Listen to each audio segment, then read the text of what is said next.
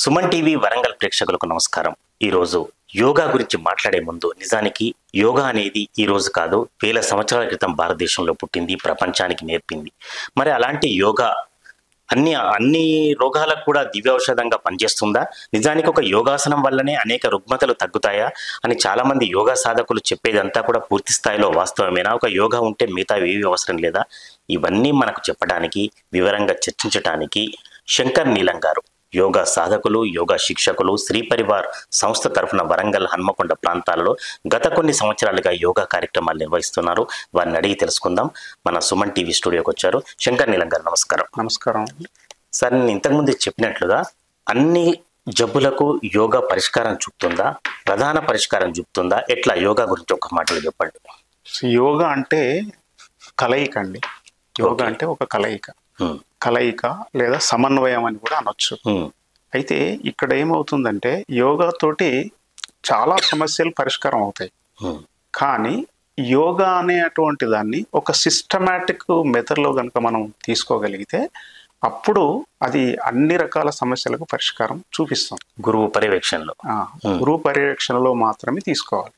మనకు రకరకాల మాధ్యమాల ద్వారా ఇప్పుడు మనకు యోగా అవైలబుల్ ఉన్నది.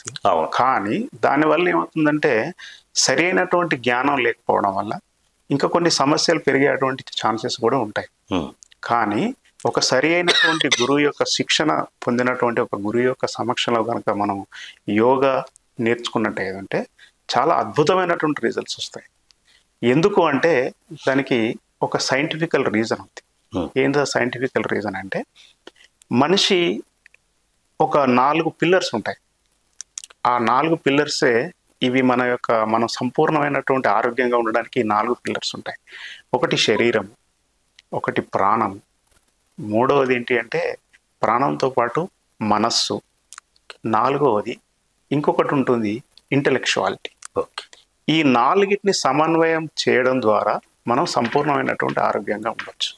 అంటే శరీరం అంటే మన శరీరం అనేది ఆహారంతో పెరుగుతుంది. ఆహారం వల్లనే సమస్యలు వస్తాయి. కాబట్టి ఈ ఆహారాన్ని ఎలాంటి ఆహారం తీసుకోవాలనేటువంటి విషయాన్ని మనకు యోగా చెప్తుంది. రెండవది, మనకి ఎన్ని జబ్బులు రావడానికైనా కారణము ప్రాణశక్తి లేకపోవడం. అంటే మన ప్రాణంలో కొన్ని లోపాలు రావడం. అంటే దాన్నే మనం ఇప్పుడు సైన్స్లో ఏమంటాం అంటే ఆక్సిజన్ అంటాం. జన్మతః నుంచి కూడా శరీరంలో మనకు కావలసినటువంటి ఈ ప్రాణం సరిగా లేకపోవడం వల్ల మనకి ప్రాణశక్తి తక్కువ ఉండడం ద్వారా, సరిపోకపోవడం వల్ల రకరకాల జబ్బులు అనేవి వస్తుంది. కానీ ఈ యోగాలో ఏం చేస్తామంటే ప్రాణాయామం అనేటువంటి ఒక అద్భుతమైనటువంటి మెథడ్ ద్వారా, రాజయోగ ప్రాణాయామ మెథడ్ ద్వారా ప్రాణశక్తిని మనం ప్రతిరోజు అందిస్తాం.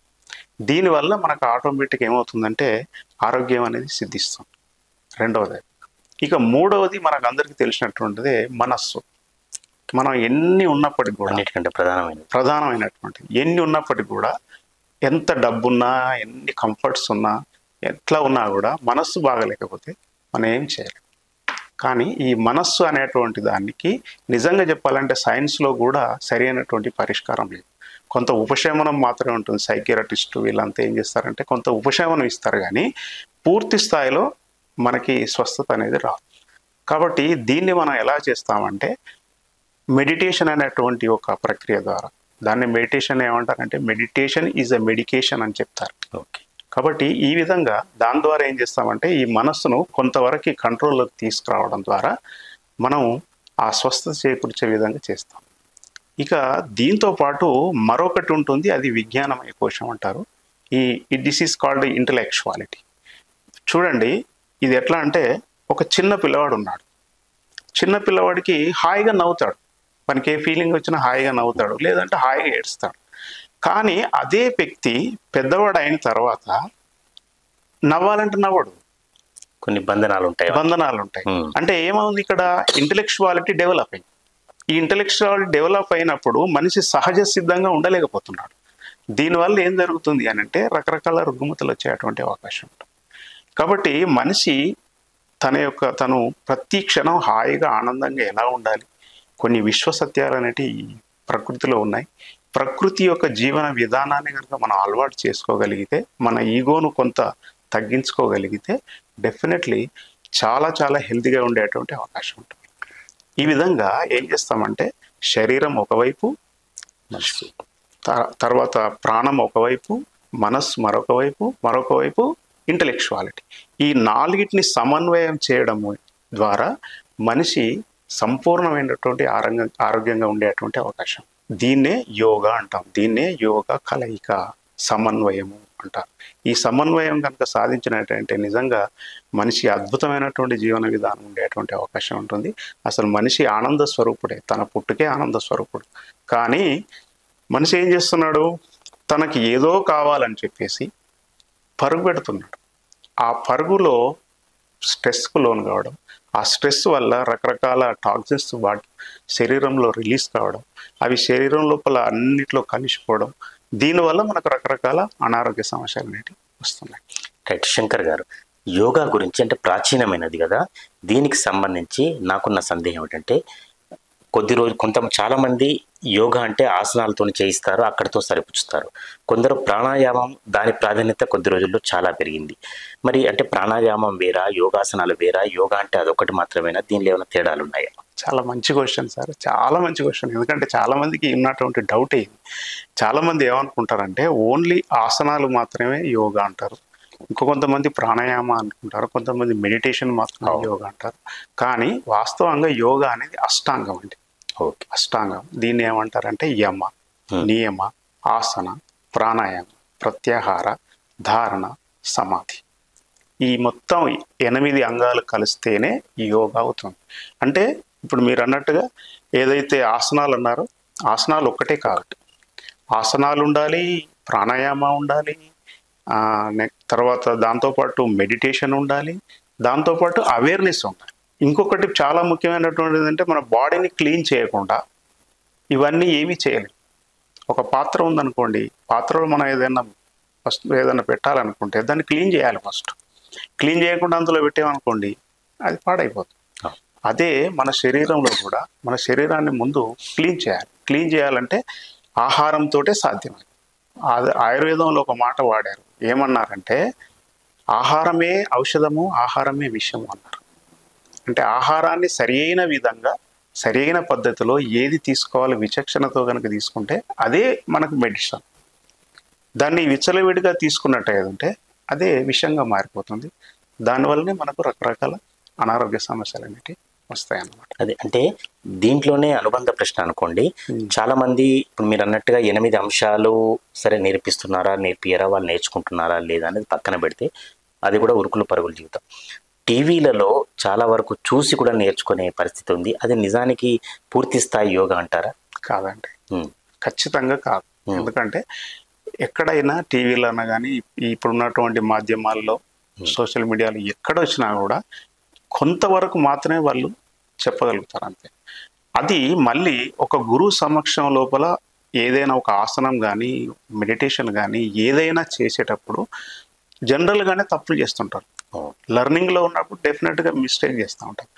ఒక సుశిక్తులైనటువంటి ఒక గురువు గారు కనుక ఉన్నట్టయితే దాన్ని సరిచేసి చెప్పడం ద్వారా ఏం జరుగుతుందంటే ఒక అద్భుతమైనటువంటి రిజల్ట్ వస్తుంది. అలా కాకుండా వాళ్ళు ఇష్టం వచ్చిన రీతిగా అక్కడ ఎవరు చెప్పేవాళ్ళు ఉంటారు, వాళ్ళు చెప్పుకుంటూ వెళ్ళిపోతారు, వీళ్ళు జస్ట్ వాటిని ఫాలో కావడానికి ట్రై చేస్తారు, కానీ సంథింగ్ మిస్టేక్స్ జరుగుతుంటాయి. దానివల్ల ఏమవుతుందంటే వాళ్ళు అసలు నేర్చుకోవడం కాదు, దానివల్ల ఇంకా ఇతర ప్రాబ్లమ్స్ వచ్చేటువంటి అవకాశం కూడా ఉంటుంది. అప్పుడు పరిష్కారం ఎవరు చేయలేరు. కాబట్టి ఏంటంటే ఖచ్చితంగా గురువు యొక్క సమక్షంలో నేర్చుకోవడమే ఉత్తమమైనటువంటి మార్గం. తర్వాత ఇంకొక ప్రశ్న కూడా శంకర్ గారు, యోగా చేసిన తర్వాత చాలా మంది మనకు తెలుసు ఉపవాసం ఉన్న తర్వాత తెల్లవారి దాన్ని విపరీతంగా భుజించే అవకాశం ఉంటుంది. అట్లాగే యోగా సాధకులు కూడా ఆహార నియమాలు ఖచ్చితంగా పాటించాలా? ఎలాంటి ఆహార నియమాలు పాటించాలి? ఓకే, చాలా మంచి క్వశ్చన్. ఎట్లా అంటే ఇప్పుడు దీనికి ఒకటి మనం ఆలోచించాల్సింది ఏంటంటే ప్రకృతి యొక్క జీవన విధానం ప్రకారం మనిషి శరీరం అనేది పూర్తిగా ఇది మన యొక్క సాత్విక ఆహారానికి సంబంధించినటువంటి, అంటే నాన్ వెజ్ అనేది లేదు. ఎట్లా లేదు అంటే మీకు ఒక 2 ఎగ్జాంపుల్స్ చెప్తాను, చాలా ఉన్నాయి కానీ ఒక 2 ఎగ్జాంపుల్స్ చెప్తాను. చూడండి, ఒక కుక్క ఉందనుకోండి, దానికి కూరపళ్ళు ఉంటాయి. ఈ కూరపళ్ళు దేనికి ఉంటాయి అంటే చీల్చడం కోసం, అంటే అది మాంసాహారి అని దాని అర్థం. కానీ మనిషికి దవడపళ్ళు డెవలప్ అయినాయి కానీ కూరపళ్ళు లేవు, కాలేదు. అంటే ఈ విధంగా ప్రకృతి నియమం ప్రకారం మనిషి అనేవాడు పూర్తిగా ఆహారానికి సంబంధించినటువంటి విషయం లోపల సాత్విక ఆహారమే తీసుకోవాలి, నాన్ వెజ్ కాదు, ఓన్లీ వెజిటేరియనే. ఇట్లా మన యొక్క పేగుల నిర్మాణం చూసిన ప్రతిదీ కూడా అలాగే ఉంటుంది. కాబట్టి మనం యోగా నియమాల ప్రకారం యోగా నేర్చుకున్న రోజులు అట్లీస్ట్ కొంత ఇప్పుడు ఒక దీక్షలాగా మనం తప్పనిసరి సాత్విక ఆహారమే తీసుకోవాలి, అంతే తప్ప నాన్ వెజ్ అనేది ఈ యొక్క యోగాకి సరి అయినటువంటిది కాదు. దానివల్ల మనకు నిజంగా ప్రాణశక్తి కూడా రాదు. మనిషికి కావాల్సిందే ప్రాణశక్తి. ఆ ప్రాణశక్తి అనేది కేవలం ఫ్రూట్స్లో, రకరకాల కాయలలో, కూరగాయలలో, పండ్లలో, వీటిలో చాలా పుష్కలంగా ఉంది. కాబట్టి దాన్ని సహజంగా మనం తీసుకోవడం వల్ల నిజమైనటువంటి ఆరోగ్యం మనకు సిద్ధించేటువంటి అవకాశం ఉంటుంది. సార్, నగరీకరణ పెరిగిన పరిస్థితులలో చాలా మందికి అపార్ట్మెంట్లలో కానీ ఎక్కడో చిన్న సందులో కానీ కూడా ఒక మ్యాట్ వేసుకొని కూడా యోగా చేస్తుంటారు. అది ఎంతవరకు సత్ఫలితాలు ఇస్తుంది? ఒకటండి, యోగా మనం చేయడానికి ఏంటంటే మనకి ఒక మంచి గాలి, వెలుతురు, ప్రకృతి పరంగా రావాలి. కానీ నగరీకరణ పెరుగుతున్నటువంటి ఈ సందర్భం లోపల పొల్యూషన్ ఉంది, మనకి ప్లేస్ అనేది ఉన్నప్పుడు, అట్లాంటి పరిస్థితి ఉన్నప్పుడు కొంతవరకు మనం చెప్తాం కదండి, something is better than nothing అన్నట్టుగా మనం చేయొచ్చు. కొంతవరకు మనల్ని మనం కాపాడుకోవడం కోసం ఒక 1/2 అవర్ లేదా ఒక 1 అవర్ ఎంత వీలైతే అంత ఆ టైంను మనం స్పెండ్ చేసి ఈ రోజున మనకు వచ్చేటువంటి రకరకాల అనారోగ్య సమస్యలను నుంచి మనం బయటపడాలంటే తప్పనిసరి చేయొచ్చు. అట్లాగే శంకర్ గారు, యోగా కూడా ఈ వయసు నుంచి ఈ వయసు వరకు మాత్రమే అభ్యసించాలనే నియమం ఉందా?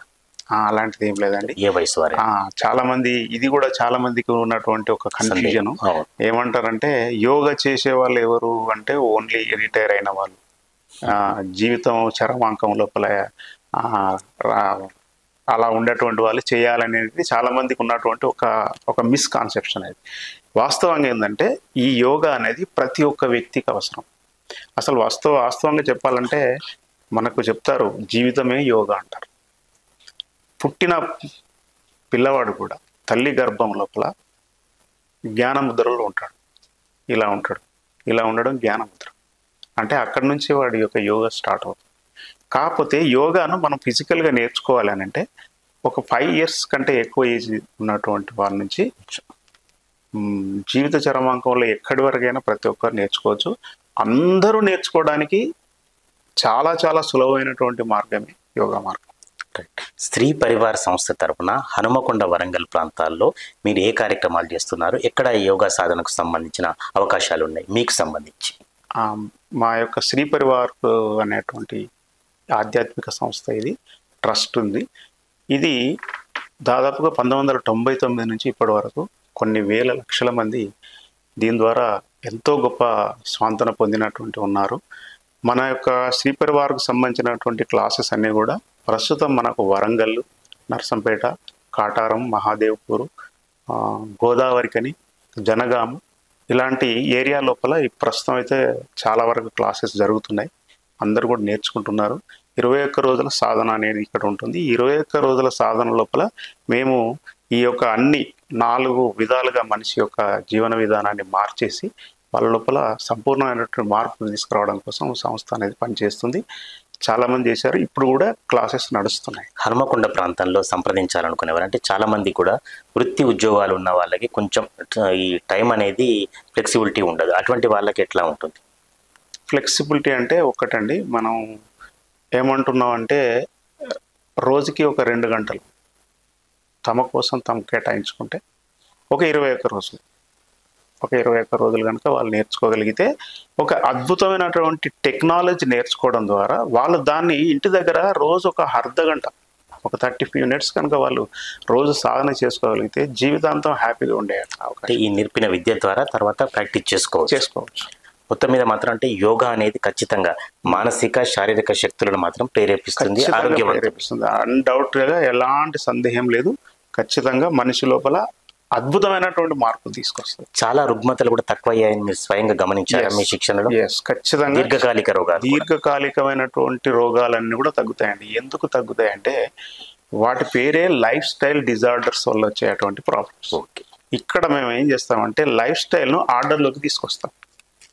ఆర్డర్లోకి తీసుకురావడం ద్వారా ఆటోమేటిక్గా ఏమవుతుందంటే సహజంగానే ఆ ప్రాబ్లం అనేది తనంతట తానే వెళ్ళిపోతుంది అంతే. Right sir. నిజానికి శంకర్ గారు ఈరోజు మాట్లాడడం ద్వారా అంటే యోగా అంటే కేవలం ఆసనాలు మాత్రమే, కొద్దిసేపు ఎక్కడో ధ్యానమే అని కొంతమంది, ఆసనాలు కొంతమంది ఇట్లా అనుకుంటున్న పరిస్థితులలో యోగాకు సంబంధించి అనేక సందేహాలు కూడా ఖచ్చితంగా చాలా వరకు మటుమాయమే అనుకుంటున్నాను నేను. ధన్యవాదాలు శంకర్ గారు. Thank you sir. Thank you so much. ఈ యొక్క అవకాశం కల్పించినందుకు మీకు, తర్వాత సుమన్ టీవీ ప్రేక్షకులందరికీ కూడా ప్రత్యేకమైన ధన్యవాదాలు సార్. చాలా మంచి అద్భుతమైనటువంటి కార్యక్రమం. మా యొక్క శ్రీ పరివార్ ఎప్పుడు కూడా సదా ప్రతి ఒక్కరికి ఆరోగ్యం, ఆనందం కలిగించడం కోసం పాటుపడుతూనే ఉంటుంది. థ్యాంక్ యూ అండి. Thank you.